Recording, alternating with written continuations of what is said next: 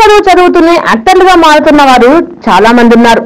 కానీ యాక్టర్ గా ఒక వెలుగు వెలిగి తిరిగి వేరే ప్రొఫెషన్ లో టాప్ రేంజ్ కి వెళ్లడం అంటే చాలా అరుదుగా జరుగుతుంది.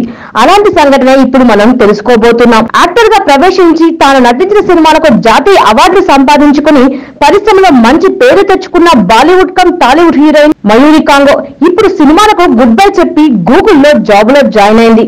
1995లో బాలీవుడ్ లో ఎంట్రీ ఇచ్చి తాను నటించిన నసీం అనే మొదటి చిత్రం ద్వారానే జాతీయ అవార్డు సంపాదించుకుంది.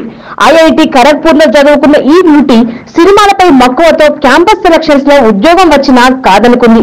నటిగా అజయ్ దేవగన్, అనుపమ్ ఖేర్, అర్షద్ వార్సీ, శక్తి కపూర్, బాబీ డియోల్, రాణి ముఖర్జీ, చంద్రచూడ్ సింగ్, జుగల్ హంజన్ రాజ్లతో కలిసి నటించింది.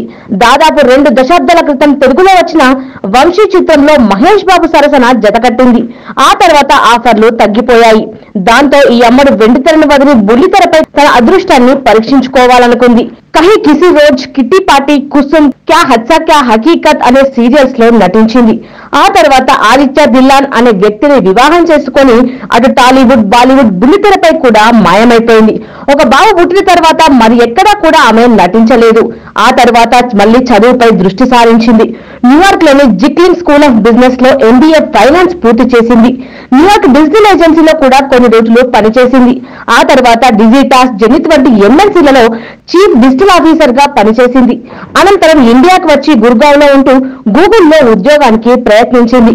అన్ని అనుకున్నట్టుగానే జరిగి గూగుల్లో టాప్ ఎగ్జిక్యూటివ్ గా సెలెక్ట్ అయింది.